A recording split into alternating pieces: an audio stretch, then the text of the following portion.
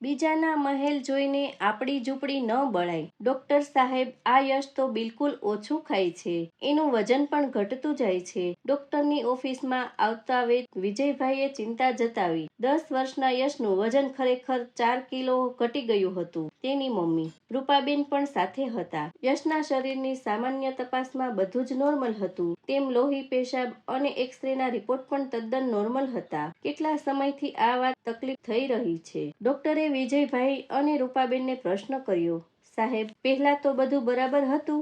છેલ્લા 2 મહિનાથી તેની ભૂખ જ ઘટી ગઈ છે અને વજન 4 કિલો ઘટી ગયું છે. ડોક્ટરને કોઈ શારીરિક નિદાન સંબંધ બેસતું ન હતું. ડોક્ટરે આમાં શારીરિકને બદલે બીજું જ કારણ લાગતું હતું. આની માટે તેમની આર્થિક અને સામાજિક પરિસ્થિતિ સમજવી જરૂરી હતી. વિજયભાઈ એક પ્રાઇવેટ ફર્મમાં ક્લાર્કની નોકરી કરતા હતા. સવારથી સાંજ વખત મહેનત કરતા હતા, પણ પ્રમાણમાં પગાર પૂરતો ન હતો. ઘરમાં ઘરડો દાદા દાદી અને પતિ પત્ની હતા. તેમના લગ્ન પછી છેક 10 વર્ષ પછી આવેલ એકનું એક સંતાન એટલે યશ. ઘરમાં એક જ છોકરો હોવાથી તેના દાદા દાદી અને મમ્મી પપ્પા યશની તમામ ફરમાઈશો પૂરી કરતા હતા. આમાં ને એમાં યશ જિદ્દી અને ગુસ્સાવાળો બની ગયો હતો. બિચારા વિજયભાઈ અને રૂપાબેનને યશની તમામ જીદ પૂરી કરતા. પરંતુ મધ્યમ વર્ગના કુટુંબમાં 5 જણા ખાનારા અને એક જ કમાનાર, 2 છેડા ભેગા કરવા મુશ્કેલ હતા.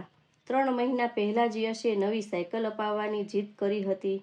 વિજયભાઈએ માંડ બચાવેલા બધા જ રૂપિયા કાઢતા પણ ઓછા પડતા. તેમણે રૂપાબેનના ગલ્લામાંથી પણ બચતના રૂપિયા કાઢીને તેમણે નવી સાયકલ ખરીદી. યશની જીદ પૂરી કરી. યશનો ખાસ મિત્ર હતો મયુર. તેના પિતા યશવંતરાય 2 ફેક્ટરીના માલિક હતા. તેથી મયુરને વાપરવાના રૂપિયાની કોઈ કમી ન હતી. તેને શાળામાં મૂકવા પણ ડ્રાઈવર સાથેની ગાડી આવતી.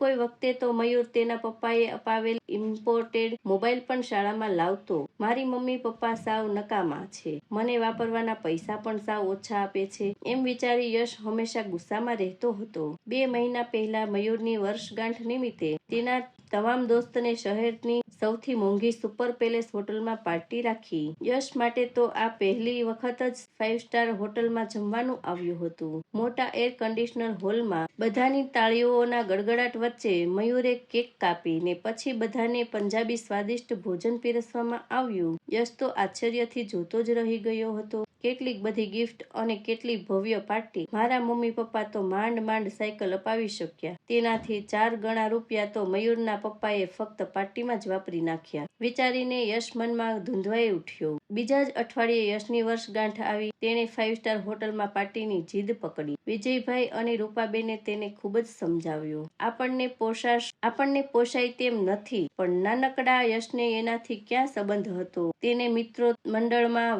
વાહ બોલાવવી હતી, મોટી પાર્ટી આપવી હતી. મધ્યમ વર્ગના કુટુંબને મહિનામાં ખર્ચા કઈ રીતે પૂરા પાડવા તેને સમજ ન હતી. અંતે રૂપાબેને આખો દિવસ મહેનત કરી સરસ મજાના ભાજીપાવ અને ઢોસાની ડીશ બનાવી. યશનો ગુસ્સો હાથમાં ન રહ્યો. રોજનું ઘરનું ખાવાનું તો પાર્ટી કહેવાતી હશે. રૂપાબેને રડી પડ્યા. યશે જરા પણ ના ખાધું. તેના દાદા અને પપ્પા પણ ચિંતામાં પડી ગયા. બર્થડેમાં ભૂખ્યા પેટે સૂઈ ગયેલા યશે પછી ધીમે ધીમે ઘરનું ખાવાનું જ ઓછું કરી દીધું. આખી વાત સાંભળ્યા પછી ડોક્ટરને ખ્યાલ આવ્યો કે યશને દવાની નહીં, સમજાવટની જરૂર છે.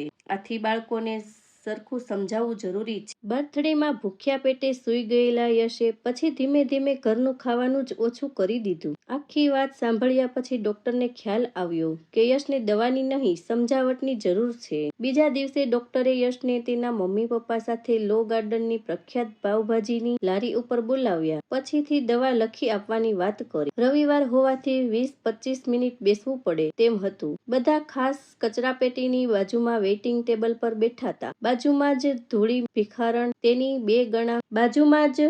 ભિખારણ તેના 2 નાગાપૂગા 8 અને 10 વર્ષના છોકરાઓને લઈને ભીખ માંગતી હતી. બંને છોકરાઓના કપડાં ફાટી ગયેલા હતા. એ લોકો અઠવાડિયાથી નાહ્યા ન હોય તેમ તેમના શરીરમાંથી દુર્ગંધ આવતી હતી. બંનેની આંખો અંદર ઉતરી ગઈ હતી. લાચાર અને દયામણા મોઢે તેમણે સૌ પાસે ભીખ માંગી. યશ તેની ઉંમરના છોકરાઓને આવા હાલે ભીખ માંગતા જોઈ રહ્યો હતો. ત્યાં તો બાજુના માણસે અડધી ખાધેલી એઠી પાવભાજીની ડીશ ફેંકી અને બંને ભિખારી બાળકો દોડી આવ્યા. એક જ ડીશ માટે બંને જૂટાજૂટી અને મારામારી પર આવી ગયા. યશ તો જોતો જ રહી ગયો. મને તો એકલાને મમ્મી કેટલા પ્રેમથી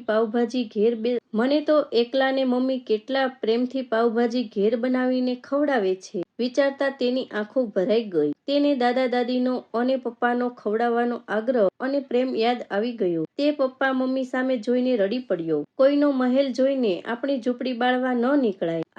આ વ્યવહારુ જ્ઞાન તેને આ ઉંમરે જ આવી ગયું. ઘરે જઈને આવી કોઈ જ જીદ નહીં કરું એવું મનમાં ગાંઠ વાળી. હવે તો યશ નિયમિત રીતે ઘરનો પૌષ્ટિક ખોરાક મમ્મી પપ્પાના આગ્રહ વગર ખાઈ લે છે. તે ઘરના બધા મોટાનું કહ્યું માને છે.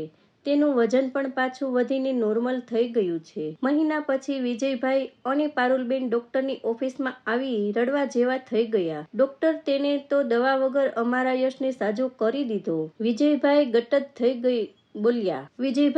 થઈ બોલ્યા. વર્ષોના અનુભવ પછી અજમાવેલ આ પ્રેક્ટિકલ નુસ્ખો સફળ થઈ જતા ડોક્ટરે કહ્યું, તમારો યશ નોર્મલ થઈ ખાવા લાગ્યો એ જ મારી ફી છે. તેના દાદા દાદી પણ દવા વગર યશ નોર્મલ થઈ ગયો જાણી ખુશ થઈ ગયા. મોંઘા બૂટ માટે રડતા બાળકને એક વખત પગ વગરના ઘોડીથી માંડ ચાલતા ભિખારી પાસે લઈ જાઓ. તેને જોઈને બાળક મોંઘા બૂટની જીદ છોડી દેશે. આ વાત બહુ જ જાણીતી છે. એટલે આ વિડીયો જોઈ અને ખરેખર આપણે મા બાપે ધ્યાન રાખવું જોઈએ કે બાળકને એટલા બધા ચડાવવા ન જોઈએ કે જ્યારે આપણે છેલ્લે પસ્તાવાનો વારો આવે.